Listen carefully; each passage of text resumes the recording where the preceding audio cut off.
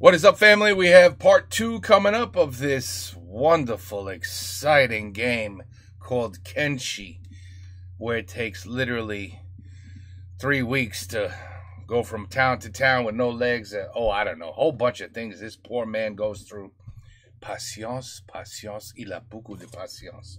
Bon, allez, anyway, let's see. I think now we're about to maybe start to do something exciting. Peut-être, maybe, I don't know. Drogue pour ensuite la distribuer. Oh yeah, that's right. He's gonna become a drug cartel now. Yes, gonna start selling drugs everywhere. Ok. Dans la ville et ses alentours. Et tout ça, ça intéresse Louis, qui en plus d'avoir des activités de voleur, de pilleur et de cambrioleur, aura maintenant une activité de trafiquant de drogue. Maintenant, comment on en trouve? Par chance, pendant l'une de ses tournées de volage, Louis tomba sur une ville située au milieu des marécages. À chaque fois qu'il arrive dans une ville, il a un petit rituel. Il effectue un repérage des lieux, il identifie les bâtiments les plus intéressants, bref, il planifie sa petite affaire. Et pendant ce repérage, il remarqua une personne vantant les mérites de la drogue. Curieux, il se rendit chez elle pour vérifier si elle avait bien de la drogue, et effectivement, il y avait bien des coffres remplis de kilos de hashish. C'est décidé, il allait lui voler tout son shit. Il suffisait simplement d'attendre que la nuit tombât. En attendant la nuit pour passer à l'acte, Louis s'en alla dans le bar, et là, il y eut un petit imprévu. Un certain Hiroto, chef des rats de pierre, l'accosta avec véhémence. Cette racaille lui demanda de se prosterner devant lui, de se soumettre à sa personne. Louis, qui en avait eu marre de ramper toute sa vie, lui demanda gentiment d'aller se faire voir. Lui et ses collègues ont voulu attaquer Louis, mais les gardes et mercenaires sur place se sont levés pour défendre notre ami. Une bagarre générale éclata dans le bar et Louis se disait que c'était le bon moment pour apprendre à se battre, mais il se prenait des gros coups de matraque par ce gros chèque. Il essaya tant bien que mal de participer à la baston et je pense que vous n'êtes pas étonné si je vous dis qu'il s'est pris un KO. Voyant ça, un garde, au lieu de l'aider, l'a juste viré et l'a foutu en dehors du bar. Mais cette histoire ne s'arrête pas là. Notre cher ami Hiroto, chef des rats de pierre, se trouvait lui aussi dehors et il était en train de mourir. Quelques heures plus tard, il était décédé alors que notre héros, Louis Stroman, lui, se relevait. Et vous vous souvenez du gros chèque qui le matraquait? Bah lui, il est toujours en vie. Et Louis était déterminé à finir le travail sur cet homme à moitié décédé. Au vu de son état déplorable, je suis certain que ça va être très facile. Heureusement pour Louis, le chèque est plus handicapé que lui, et c'est facile de rattraper un homme qui boite. Après quelques coups bien sentis, le chèque s'écroula pour se noyer dans son sang. Louis venait de vaincre son premier homme. Homme qui était à moitié mort, mais ça compte quand même. Cette petite dispute de bistrot a fait passer le temps, il est 3 h du mat et c'est le moment parfait pour récupérer la marchandise. Louis s'infiltre dans le cabanon, il navigue jusqu'à la tenancière, il lui malaxe le lobe occipital, il s'empare de toute la conso avec empressement et une fois sa besace remplie de 420, il se retire de la résidence, mais il y a un petit problème. Dehors, les gardes en poste lui tirent des harpons.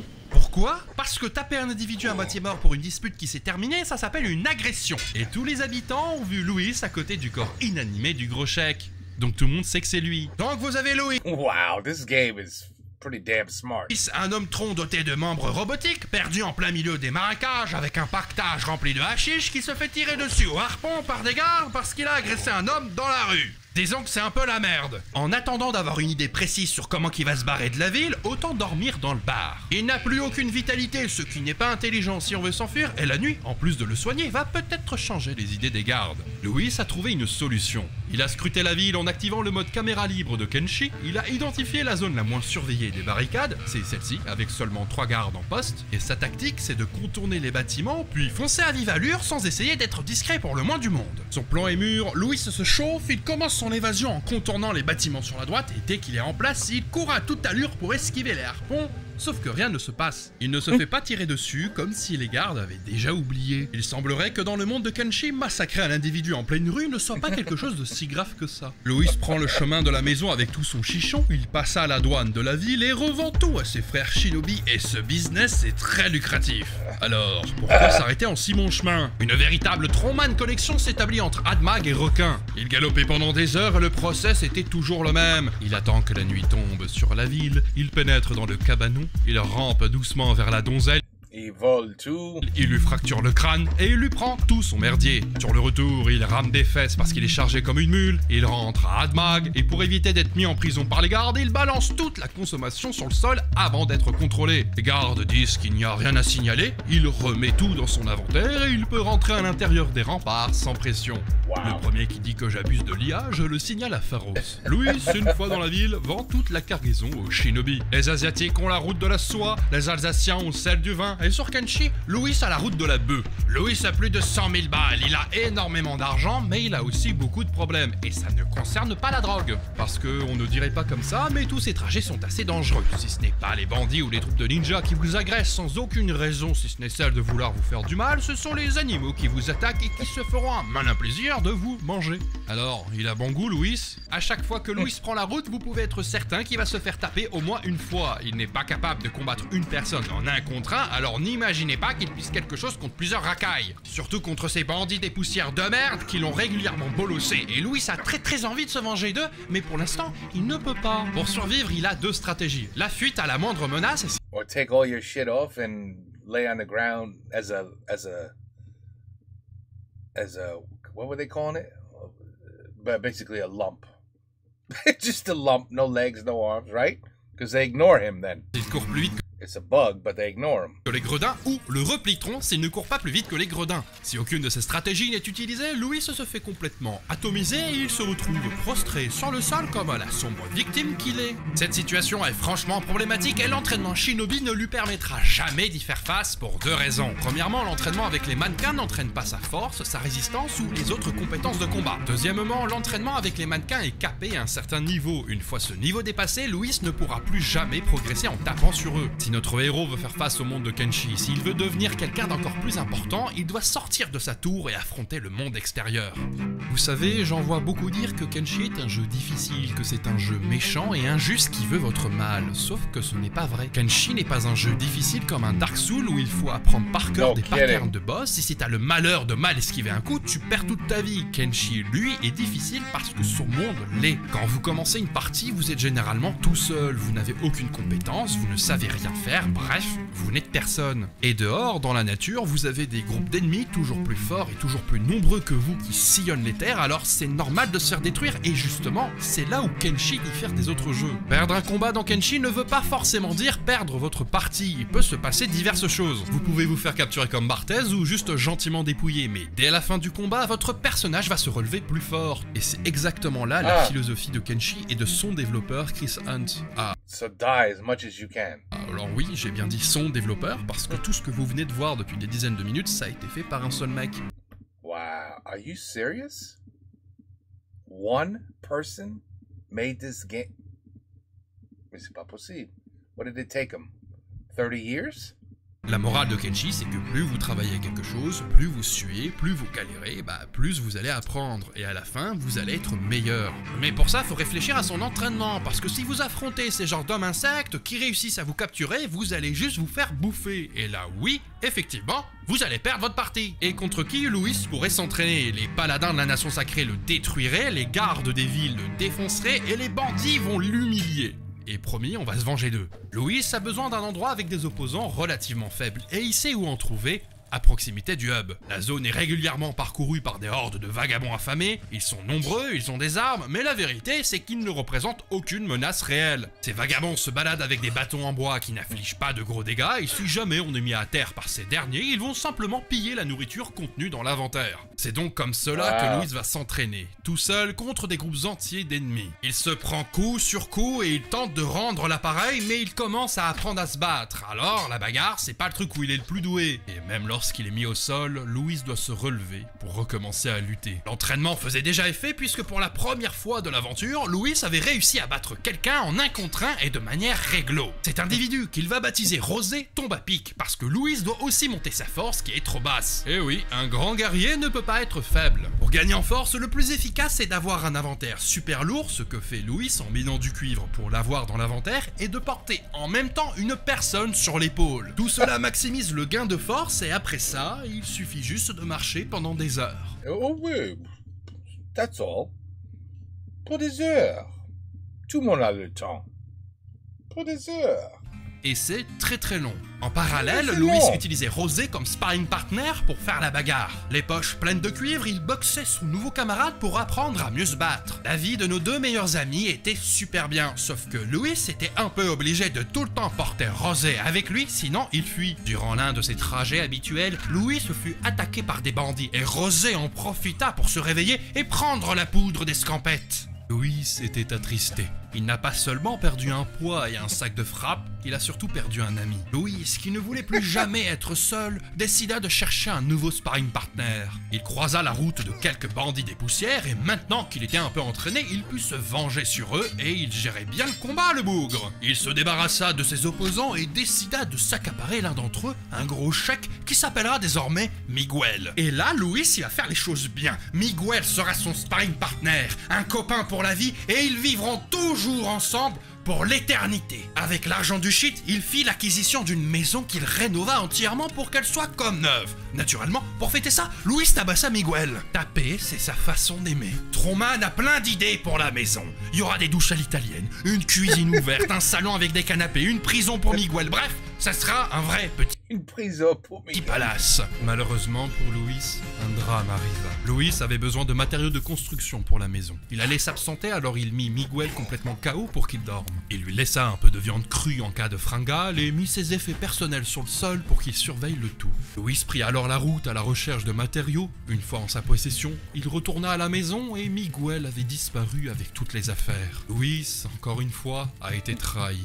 Il se fit à l'idée que personne jamais ne restera avec lui. Son destin, c'est simplement d'être le plus grand de tous les guerriers. Il avait quand même encore besoin d'entraîner sa force. Il profita alors d'un combat individuel avec un chef d'une bande de bandits pour le capturer. Il le baptisa Philippe et le prit uniquement pour ce qu'il était, un simple outil d'entraînement. Louis entraîna sa force pendant des mois avec Philippe et je peux vous assurer que voir un Look at his force, he's getting strong. mec qui marche tout lentement parce qu'il est surchargé, ce n'est pas l'expérience gaming la plus épanouissante qui soit. Mais tout ça valait le coup, la force de Louis a explosé. Maintenant, il a atteint 70 de force et concernant Philippe, il est juste mort. Soit de faim, soit parce que Louis l'avait trop frappé. Ce n'est pas si dérangeant, Louis est assez fort. Désormais, il doit juste s'entraîner au combat. Il affrontera des vagabonds, des bandits et même des soldats. Ça sera long, épuisant, laborieux. Il frappera tous ceux qui se tiendront devant lui. Il prendra des coups énormément et chaque attaque qu'il recevra sera un pas de plus vers son destin de meilleur guerrier.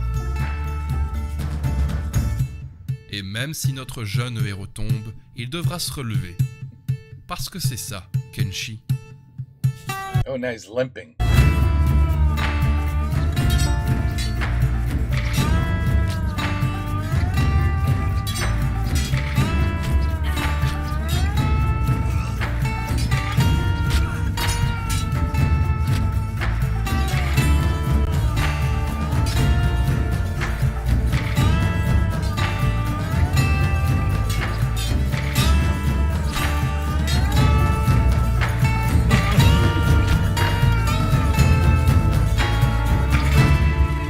He kicked ass. Totally kicked ass. Après de longs mois, Louis a enfin terminé son entraînement. Ses compétences de combat, que ce soit l'attaque, la défense ou l'esquive, ont bien augmenté. Et ses attributs aussi. Il est plus résistant et il est plus vif pendant les combats grâce à sa dextérité. Et évidemment, il n'a pas tapé que des humains. Non. Il avait pris la confiance, le petit. Il s'est cherché un gorillo, c'est un genre de gorille dans Kenshi. Il l'a ramené dans un coin isolé et il a commencé à se battre avec lui. Et c'est pas tout, hein. Dans une démarche zoologique, il s'est même battu avec des autruches. Au début, comme tout le monde, il s'est battu avec des armes. Puis à un moment, il a commencé à se battre comme un vrai bonhomme. Louis Strowman, c'est le Bruce Lee de Kenshi. Il mettait des patates et des low kicks aux autruches, c'était incroyable. Et après, il a complètement pété un câble et il s'est mis à affronter des autruches en un contre 4. Voilà, le mec ne sait pas ce qu'il fait. Fort de cette nouvelle puissance, Louis Strowman explora le monde. Il traversa des plaines fleuries, des déserts parsemés d'oasis. Et face aux dangers qu'il pouvait croiser, à ces menaces qui à l'époque l'auraient poussé à fuir, Louis restait ferme et affrontait l'adversité. Malgré toutes ses victoires, il se sent limité dans son corps. C'est un homme-tronc, je rappelle. Ses membres robotiques infligent des malus à ses compétences de combat. S'il veut vraiment profiter de sa puissance, il lui faut de meilleurs membres robotiques et ça tombe bien. Il s'avère que pendant son premier arrêt à la ville du désert noir, il avait rencontré un magasin qui vendait d'incroyables membres, mais qui à l'époque coûtait un peu trop cher pour lui. Maintenant qu'il avait l'argent, il retourna dans cette boutique et il acheta ce qui se faisait de mieux dans tout Kenshi. Et comme un symbole, c'est au jour 100 de son aventure que notre ami Louis Strowman eut son nouveau corps. Et je peux vous assurer qu'il sera salement pété. Parce que avec ses 87 en activité athlétique, plus les bonus donnés par ses jambes, notre ami court désormais à une vitesse de 42 miles par Holy shit.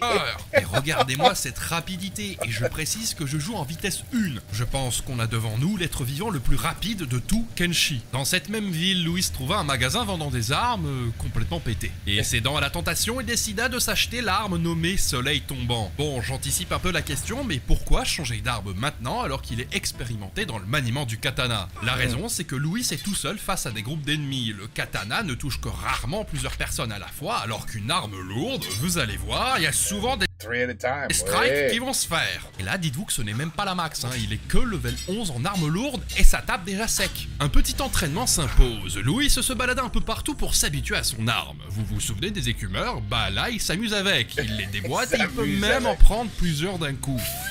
Il pratiquait même son magnifique art de l'agression gratuite sur des paladins de la nation sacrée. Au bout de quelques temps, Louis pouvait carrément balayer plusieurs ennemis d'un seul coup, et ça serait réducteur de dire qu'il défonçait ses ennemis. Il les annihilait, mais ce n'est pas encore la panacée. Là, vous remarquez qu'il enchaîne ses ennemis. Il semble gérer sans aucun souci, mais la vérité c'est qu'il prend quand même des coups. Il a besoin d'un équipement digne de ce nom. Il sait où le chercher, mais il a besoin d'argent. Et à votre avis, comment est-ce qu'il se fera de l'argent? Sell more drugs. Il retournera dans le vol? Il relancera un trafic? Et voilà. Pas du tout. Son Quoi? Non? idée, c'est les autruches. Pas les autruches elles-mêmes, non, leur nid. Parce que dans ces nids, il y a des ossements, du caca et des œufs. Mais pourquoi prendre les œufs? Bah simplement parce que les œufs d'autruche, ça coûte juste 4000 balles l'unité. Louis se fit plusieurs allers-retours pour voler les œufs de ces satanés autruches, et il est monté jusqu'à 100 000 balles de tunas. Les agissements de Louis se sont peut-être cruels, mais voyez-le comme un héros qui venge tous les joueurs de Kenshi victimes de ces monstruosités. Alors oui, vous ne rêvez pas, Louis est en train de terrasser 7 autruches en même temps. Il pourrait juste partir, elles ne pourront jamais le rattraper. Mais il a envie de leur faire du mal. L'argent en poche, il savait exactement où aller. C'était dans la vallée d'Ocrane, au beau milieu des montagnes rocailleuses. Là-bas s'y trouvait, à moitié submergée, une ruine servant de palace, et à l'intérieur on y trouve lui, le roi de l'armure. I hope his arms and legs don't rust. You know, because of the water? No.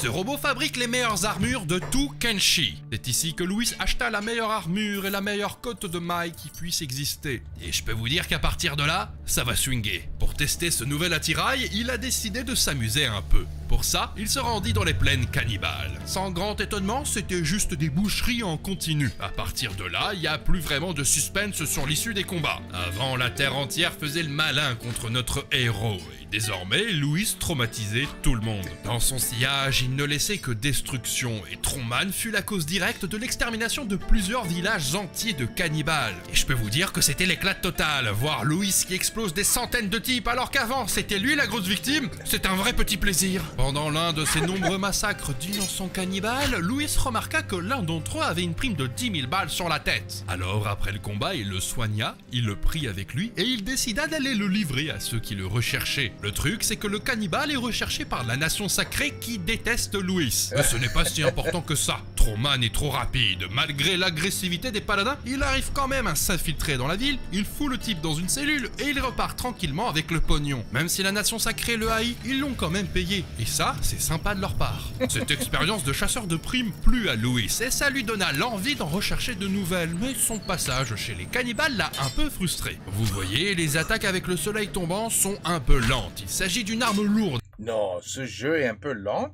D'après tout, et la vitesse de maniement de l'arme est conditionnée par la force. Celle de Louis est à 72. Il se dit qu'il est temps de faire un petit entraînement pour se renforcer. Quelque chose pour se remettre d'aplomb. Un truc assez rapide, quoi. L'entraînement s'est terminé au jour 447 et Louis est monté jusqu'au niveau 99 de force. L'entraînement consistait juste à faire des 8 autour des arbres en étant surchargé. Mais la petite innovation, c'est que Louis a fait exprès de mourir de faim. Du coup, sa force baissait jusqu'à 9 et il a gagné bien plus d'expérience en faisant ses 8. Mais je vous assure que ça valait le coup parce que maintenant Louis c'est un homme fort. Bon, là ça se voit. Non, ça voit. Pas trop parce qu'il est affamé, mais avec quelques jours de repos, bam! Regardez-moi ses muscles, ses pecs, ses abdos. Louis est devenu une véritable bête de force. C'est l'homme le plus fit de tout Kenshi. Et il est temps de se frotter à tous les grands bandits des environs. Le tout premier adversaire de Louis, c'est le taureau volant, un fanatique cheik à la tête d'une secte. La prime rapportera 25 000 balles. Et là, vous allez me dire, ok, pourquoi est-ce que Louis s'emmerderait à se battre pour 25 000 balles alors qu'il a des méthodes plus efficaces pour faire de l'argent comme le shit ou les œufs d'autruche? La réponse est simple, chers amis. Louis ne se bat pas pour l'argent, il se bat pour la gloire du combat. Louis arrive au camp du taureau. Oui, il y a une bagarre générale car des marchands passaient par là, donc c'est la merde partout. Une fois le fanatique mis au sol, Louis le chope. Il quitte le camp avec son trophée et il le livre aux autorités cheikh. Louis continue de se frotter aux individus les plus dangereux de la région. Chaque combat se soldait par une victoire totale de notre ami et par l'annihilation complète de tous ses dangers publics. Les gardes des villes commencent même à remarquer les hauts faits de notre ami. L'ivresse de la gloire et du combat envahirent doucement l'esprit de Louis et les simples chasses à l'homme ne suffisaient plus. Il voulait utiliser sa nouvelle puissance pour se venger. Il s'est rendu au marécage, ceux qu'il avait tant parcouru pendant son entreprise de shit, et au milieu de ces derniers se trouvait une caserne peuplée par le gang des ninjas qui le terrorisait constamment pendant ses traversées. Revenge. Mais désormais, le rapport de force avait changé. Ai-je réellement besoin de vous dire en faveur de qui le rapport de force avait changé? Une fois débarrassé des derniers membres du gang, je ne comprends d'ailleurs pas pourquoi ils continuent de se battre alors que c'est foutu pour eux, Louis prit leur chef par le callback pour le livrer aux autorités cheikh. Entre se venger et apporter la justice au monde, Louis avait fait son choix. Et il y a d'autres personnes qui méritent de subir son courroux. Ce n'était pas juste les vagabonds en guenilles qui allaient apprendre à respecter le nom de Louis Strowman. Les bandits des poussières qu'il avait tant martyrisés méritaient aussi une correction, mais pas juste sur la forme de quelques escarmouches. Non. Il s'avère que ces bandits sont organisés et ils ont un quartier général. Et dans ce quartier général se trouve le roi des bandits. Louis Strowman rendit visite à ses anciens harceleurs et pour une raison inexpliquée, ils ne font subitement plus trop les malins. Parce que c'est marrant d'emmerder un homme mi-tronc, mi-robot, mais quand le tronc que t'as à gare revient pour te chicoter, y a plus personne bizarrement. Et oui, Louis a mis le rang en slibard. Le karma, ça peut faire très mal dans la vie. Notre ami s'affiche fièrement avec tous ses trophées. I love this guy. Un homme normal. C'est quoi, c'est Hawkeye, whoever he is. This is like one of the best narrators I've seen on a game. Se serait contenté de l'argent des primes et de la And I'll tell you later, when it's finished, I'll tell you why. réputation qui en découle pour vivre une douce vie. Le royaume cheikh admire Louis pour ses exploits, il a purgé les fauteurs de troubles des environs, une forme de paix s'est installée dans les terres, mais son orgueil n'est pas encore rassasié. Outre les ninjas des marais et les bandits du désert, une autre entité avait une aversion particulière pour Louis, et c'était réciproque. Alors pourquoi ne pas profiter de cette nouvelle puissance pour apporter une juste et honnête récompense à la nation sacrée? Elle déteste les humains avec des membres robotiques, elle les détruirait sans sourciller et toute personne faisant un geste de travers serait condamnée à des travaux forcés à vie. Louis décida donc de rendre une petite visite à la ville de Stack, histoire de leur rendre l'appareil. Certains pourraient penser que Louis est lui-même une racaille qui vient dans une ville n'ayant rien demandé pour tabasser des innocents n'ayant rien demandé, qui ne sont là que pour défendre leur pays et qu'au fond, Louis les agresse uniquement parce qu'ils font partie de la nation sacrée. Si vous lui posez la question, il vous dira que c'est faux, qu'il agit pour la justice, parce qu'au fond, la nation sacrée le mérite, mais il le sait. Il n'ose se l'avouer que là, il veut juste foutre le bordel quelque part. Petit bémol, dans son envie de justice, Louis galère un peu face aux paladins. Ces derniers sont nombreux, ils sont puissants et ils passent régulièrement juste à côté d'un chaos. Et s'il tombe inconscient, ça signifie clairement la mort pour lui vu tout ce qu'il est en train de leur mettre. Le problème, ce n'est ni son armure ni son arme. Son problème, ça concerne ses compétences d'attaque et de défense. Il faut savoir que dans Kenshi, les compétences de combat engrangent de l'expérience en fonction de la difficulté du combat. Si on se bat contre des cibles faciles, on ne gagnera que très peu d'expérience. Alors que si l'adversaire est beaucoup plus fort que nous, on en gagnera énormément. Mais je tiens à préciser que Louis est tout seul. S'il affronte des ennemis plus forts que lui, c'est game over. Il doit donc s'entraîner contre une seule et unique personne. Et dans cette optique, il se rendit dans les terres mortes. Dans ces terres se trouvent des squelettes, il en affronte plusieurs et dès que l'un d'entre eux tombe au sol, il décide de le kidnapper pour se barrer rapidement avec et le ramener à la maison.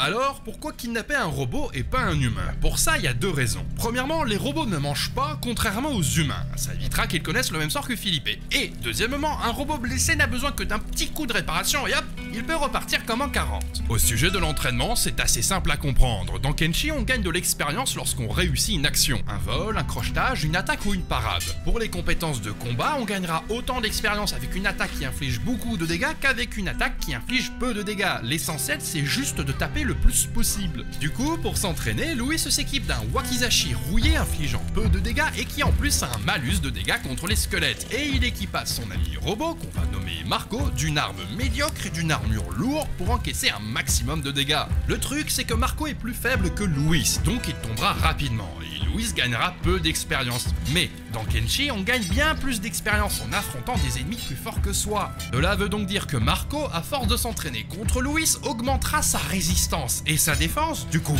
Louis pourra asséner plus de coups, ce qui augmentera ses compétences d'attaque. Et vous commencez donc à voir où je veux en venir. À force de s'affronter, ils vont participer au progrès de l'autre. Cette technique vaut pour l'attaque, mais aussi pour la défense. Si Louis se met en mode défensif, il augmentera sa compétence de défense et par la même occasion, il augmentera l'attaque de Marco, et ainsi de suite. L'entraînement, qui ressemble plus à une séquestration, se passe bien. Trop bien même parce que Marco est parfois à deux doigts de mettre un KO à Louis, qui doit en urgence utiliser sa véritable arme pour venir à bout de son sparring partner. Et même là, c'est compliqué de le toucher vu qu'il part quasiment tous les coups. Après de longs jours de séquestration, Louis a atteint des compétences acceptables. 96 en attaque, 87 en défense et 91 en dextérité. Comme une sorte de point d'orgue à leur relation, Louis et Marco s'affrontèrent une dernière fois au sommet d'une montagne. Ils se rendirent coup pour coup, les deux opposants se neutralisaient mutuellement, aucun ne semblait avoir l'avantage clair sur l'autre. Le squelette ramassé il y a quelques semaines dans les terres mortes était devenu un combattant hors pair qui arrivait à la cheville de Louis Strongman.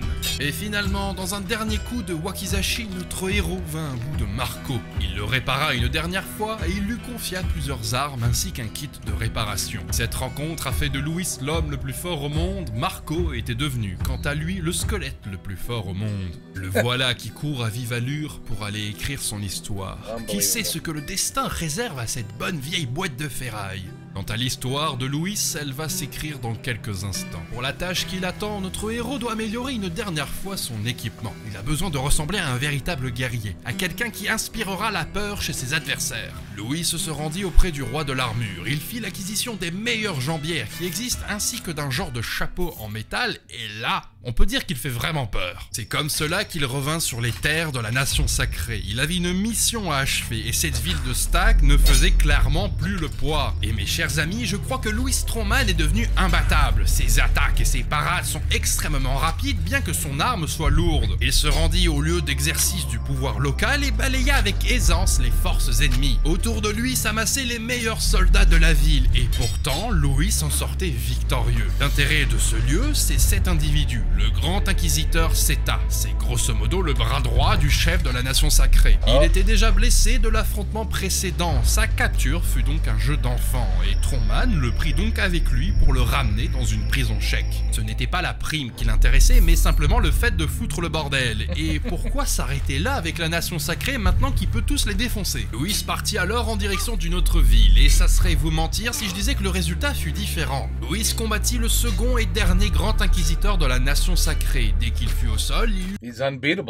le prit avec lui pour le ramener à nouveau en direction du royaume chèque. Encore une fois, il ne faisait pas ça pour s'attirer les faveurs du royaume, non, il faisait ça uniquement parce qu'il pouvait le faire. Les villes capturées par Louis se sont désormais occupées par les autorités chèques. La nation sacrée est affaiblie, complètement humiliée, mais il reste une toute dernière chose à faire. Il existe dans la vallée d'Okran une troisième ville de la nation sacrée, et cette ville contient le palais du Seigneur Phénix, le dirigeant de la nation sacrée, le soi-disant représentant sur Terre du dieu Okran. Dans une volonté de tolérance et d'ouverture à l'autre, Louis décida de faire un peu de tourisme dans cette ville. Bien sûr, de nombreux paladins se montrèrent agressifs envers sa personne, et c'est donc tout naturellement que Strongman décida de les taper un peu, afin de leur montrer que la violence n'est jamais une solution lorsqu'on s'en sert très mal. Parce qu'après, en fait, on se fait casser la tête par plus fort que soi. Le Seigneur Phénix était là, face à notre héros. Les paladins étaient trop nombreux et Louis avait besoin de plus d'espace pour combattre, alors il attira tout ce beau monde à l'extérieur. Le combat qui s'ensuivit fut long et sanglant. Louis Strongman était en train d'affronter la fine fleur de la nation sacrée, et je dois admettre que j'avais j'avais un peu peur qu'il se prenne un KO là, maintenant. Et à force, vous connaissez notre ami, il se battit avec courage et au bout d'un moment, le Seigneur Phoenix tomba à ses pieds. Louis le kidnappa et partit au loin avec lui. Non, non, vous ne rêvez pas, Louis Strowman porte le chef de la nation sacrée sur ses épaules. Tous les deux vont se balader un peu, ils allèrent jusqu'à Renaissance, symbole de l'oppression de la nation sacrée, et ici, Louis le mit à poil. Ils allèrent vers la statue et d'ailleurs, tous les gens acclamaient Louis Strowman comme un héros. Et une fois au pied de la statue d'Ocrane, Louis enferma son soi-disant représentant sur Terre dans une cage qui accueillait, il y a encore quelques jours, un esclave. Et pour bien l'humilier, Louis combattit le phénix devant la statue de son dieu. Strowman avait, à lui tout seul, renversé les responsables de la nation sacrée. Par contre, il faut le dire, le défaut du Seigneur Phoenix, c'est qu'il ne parle pas trop. Du coup, le voyage retour était un peu emmerdant. Louis alla en direction d'Admag, capitale du royaume tchèque, afin de livrer le Seigneur Phoenix. Tous ceux qu'il croisait admiraient son courage et Louis, une fois dans la ville, se rendit au quartier général du royaume et Essata, la reine elle-même, nomma Louis guerrier de Kral et fit de lui un invincible. Alors, les Invincibles, c'est le nom de la garde rapprochée de la reine. D'ailleurs, Essata était tellement impressionnée par Louis qu'elle lui demanda de prendre sa fille avec lui pour la former et lui apprendre le combat. La reine de tout un royaume voulait que Louis soit le tuteur de son héritière. Le monde entier voyait en Louis Strowman le plus grand des guerriers, tout le monde l'acclamait. Cependant, Louis Strowman n'avait plus aucune raison de continuer à se battre. Son histoire a été écrite, son destin était accompli. Il se débarrassa de son arme, il ôta son armure et il partit au loin. Lui qui venait du désert le plus profond, lui qui n'était qu'une simple petite larve qui rampait, il est devenu à force He was a little piece of larva. de lutter le plus grand Wow. de tous les guerriers. Le From that to what he became. monde entier connaissait désormais son nom et il était temps pour lui de revenir au point de départ. Louis Strowman était devenu une légende.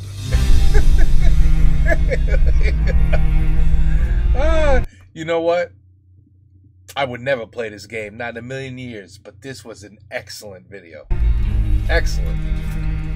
Excellent video.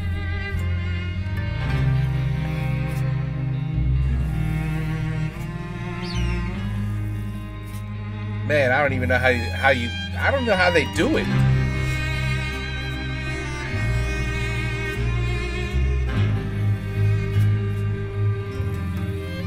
Here we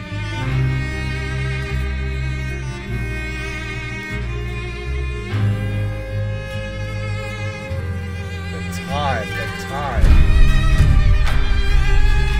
time you need.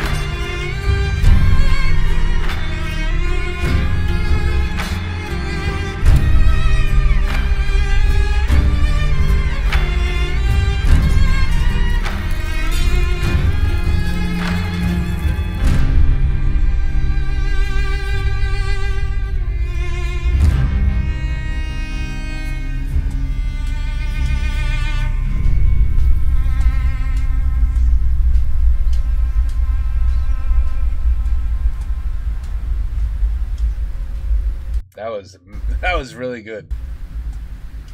Man, oh man, oh man. The amount of hours. Out. What?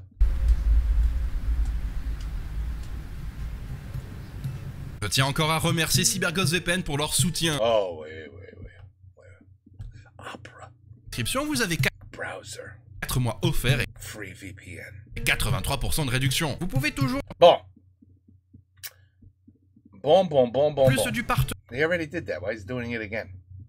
Well, anyway, listen.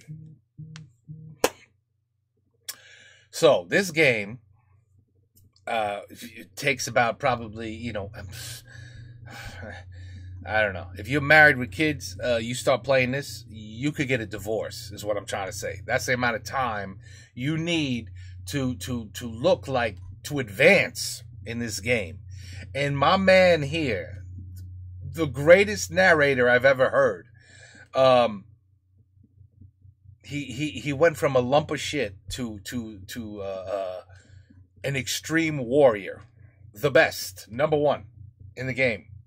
Now, I don't know exactly how long it took him, but what blew me away with this video is that he kept saying, Louis, il veut faire ça. Louis, il a fait ça, et Louis, il a fait ça, et ci, et ça, et là, et nous, et Louis, il est allé là, et après, il est allé là. And he was telling it like it was a complete story. But he's playing the character. He's playing the game. So the only thing I can think of, unless he's absolutely brilliant and amazing, I don't see how you could be that smart, though, to actually narrate while you're playing for the first time in that manner, to me, I think is impossible. So this is what I think this guy did. He played the game, right? He just played the game.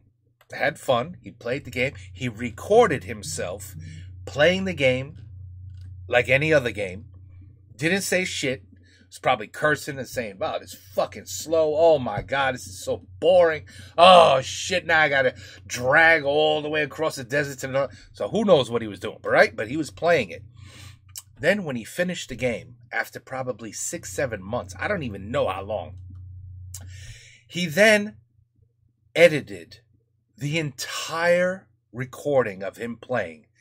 And the man never stopped talking. You realize that, right? We're talking about an 1 and 8-minute video, and he never stopped talking.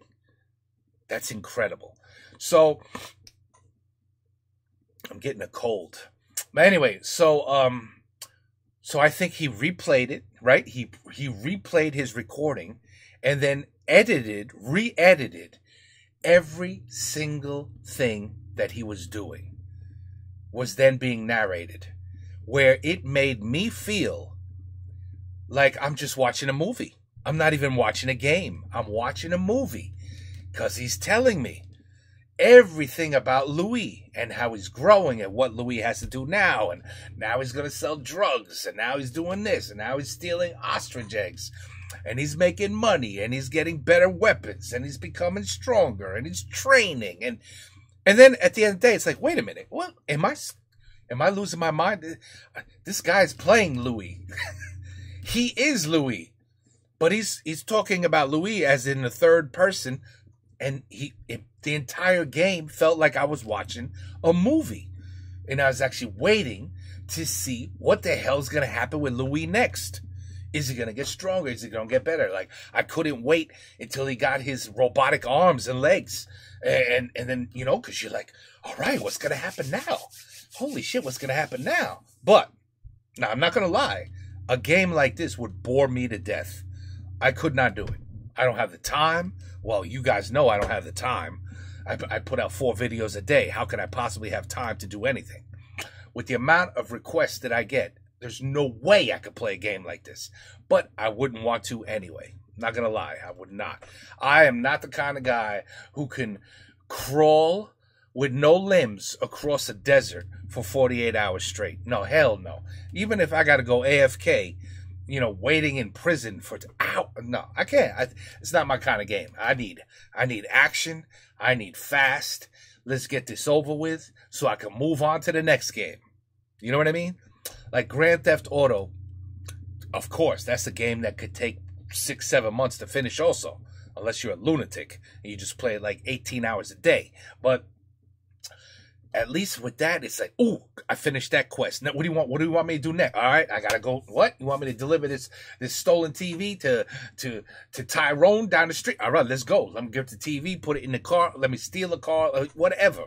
It's constant action, and it's fast. It's fast. It's fast. It's not slow as shit. This is way too slow for me. But Kenshi, I mean, like I said, the way this guy played this and narrated it, I felt like I was watching a movie. I couldn't wait to see what would happen next. Really. No, it became from very boring to really, really fun. This is a good video. See, it just proves that with long videos, you have to just gotta hang in there, you know? Hang in there. And then sooner or later you start getting captured by the video. And then you're like, holy shit, I watched that for an hour? I understand. Je comprends. Anyway, very, very well done video. And but yeah, interesting game, very realistic. The way, you know, you have to get better and better and better, like in real life. Like if you want a better job, well then you got to work for the better job. If you want to make more money, well guess what? You got to work more. It's the same concept, but I don't know. The way this was presented, fantastic. So there you have it, Kenshi. A game I'll never play, but a game I enjoyed watching for an hour. Take care. Peace out. À la prochaine.